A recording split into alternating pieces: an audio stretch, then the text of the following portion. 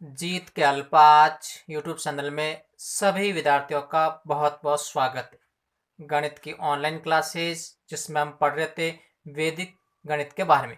वैदिक गणित हमारे जीवन में कितनी महत्वपूर्ण है, किस प्रकार है, इसका क्या महत्व है और इसकी मूलभूत संक्रिया क्या है, इसका विस्तार क्या है, इन सब के बारे में आज अपन जानकारी लेंगे। बहुत ही आसान है, इनके बारे में जानकारी प्राप्त करना हमें बहुत ही जरूरी है। सबसे पहले अपन देखेंगे कि वैदिक गणित है उसकी जो मूलभूत संकल्पना क्या है उसके बारे में अपन को समझना जरूरी है। वैदिक गणित हमारे जो गणित है उसके जो अभ्यास प्रश्न में उसके जो समस्याओं का समाधान करने में किस प्रकार हल है उसके बारे में देखिए। सबसे पहले अपन देखते हैं वैदिक गणित का जो महत्व।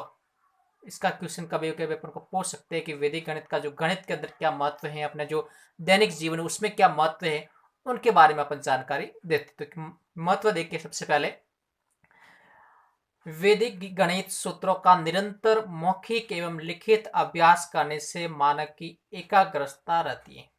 वैदिक गणित है, इसके जो सूत्र दे रखे हैं, योग है, व्यंकलन है, गुणन है, भाग विधि के बहुत सारे जो सूत्र दे रखे हैं, इन सूत्रों का अगर अपन निरंतर यानी हमेशा मौखिक अपन अभ्यास करेंगे, मौखिक बोल बोल के या फिर लिखित अभ्यास करने से मानव के जो इंसान उसके जो मन की जो एकाग्रता रहती है, मन एकदम पूरा एकाग्रस्त बनाए रहता है।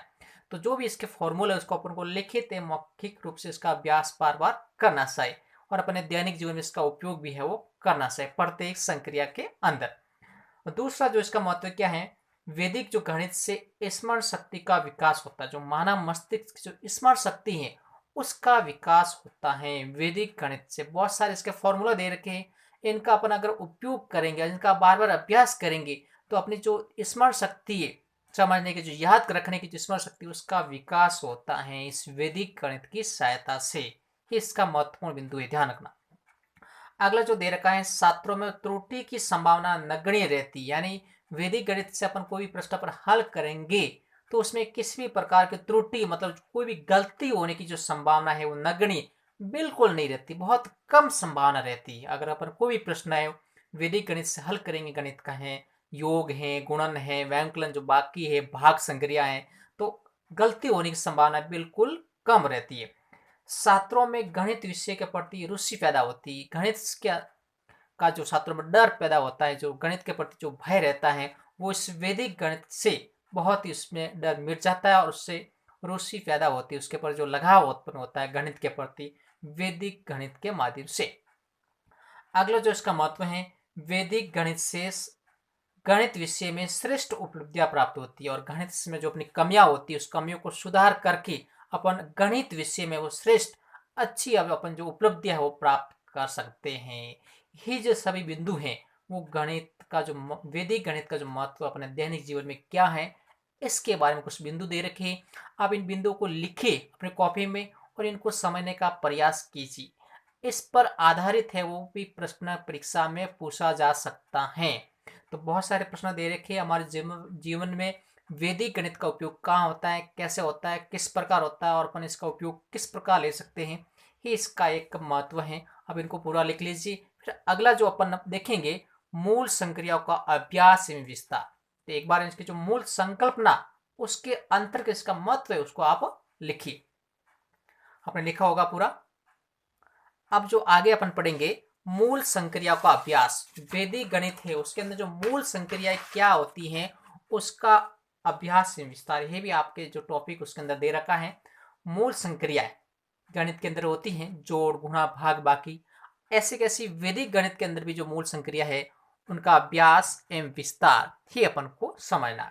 तो उसमें वैदिक गणित के अंदर भी योग संक्रिया है, जोड़, वो है सूत्र एकाधिकन पूर्वेण से।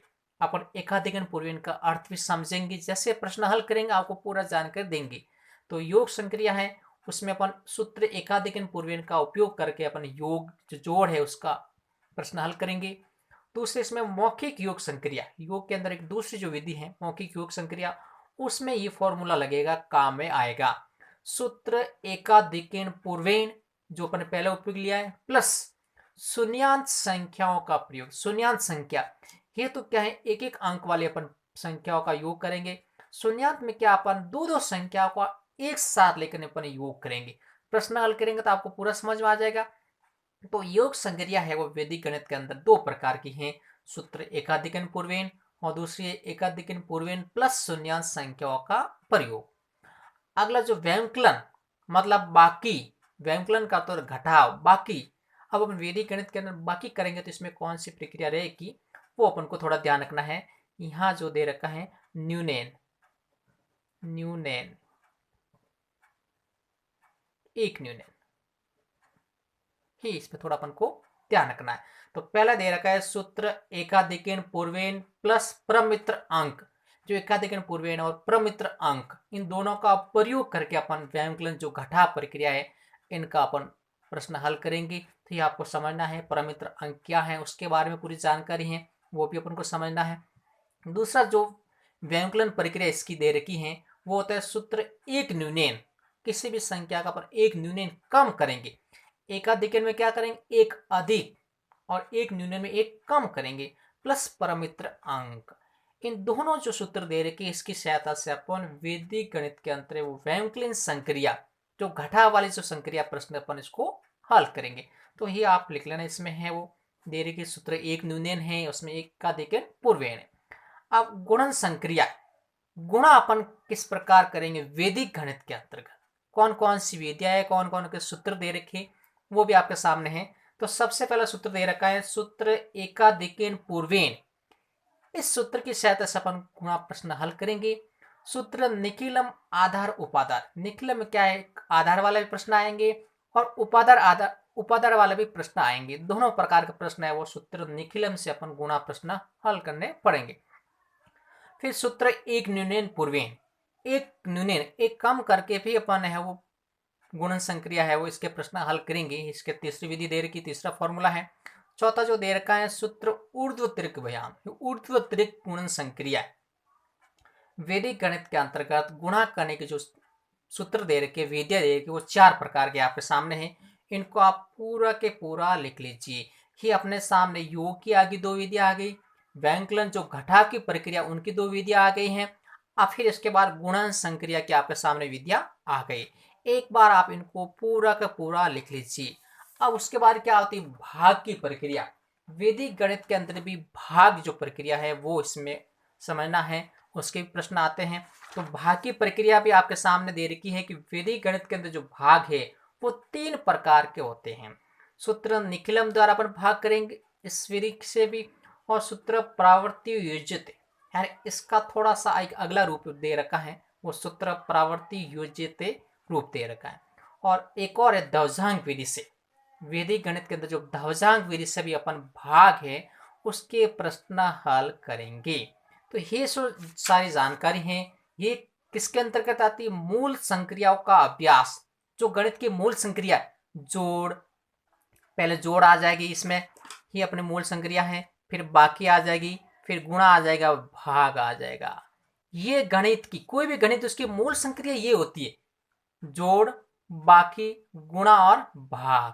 तो योग में दो विद्या वैदिक गणित के अंतर्गत दे रखी, व्यंकलन जो बाकी में दो विद्या दे रखी है, गुणन में भी इसमें चार विद्या दे रखी, इन सबको आप लिखिए कौन कौन सी विद्या है।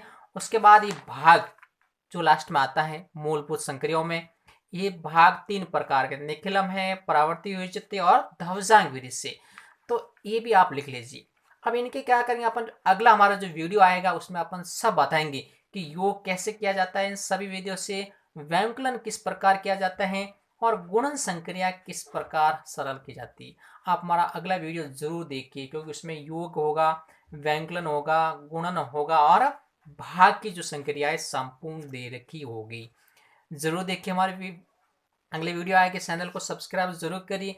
तो आप लिख लीजिए पूरी ये मूलभूत संक्रिया है, परीक्षा में प्रश्न आ सकता है कि मूलभूत संक्रियाएं कौन कौन सी होती उनके नाम बताए, और उसके बाद जो महत्व है इसका भी क्वेश्चन कभी कभी पूछा जाता है, जो शुरुआत में बताया आपको कि वैदिक गणित का जो हमारा जीवन है और गणित के अंदर क्या महत्व होता है उसके बारे में आप थोड़ा लिख लीजिए और उनको समझने का प्रयास करिए कि आखिर वैदिक गणित हमारे जीवन में किस प्रकार उपयोगी रह सकती है।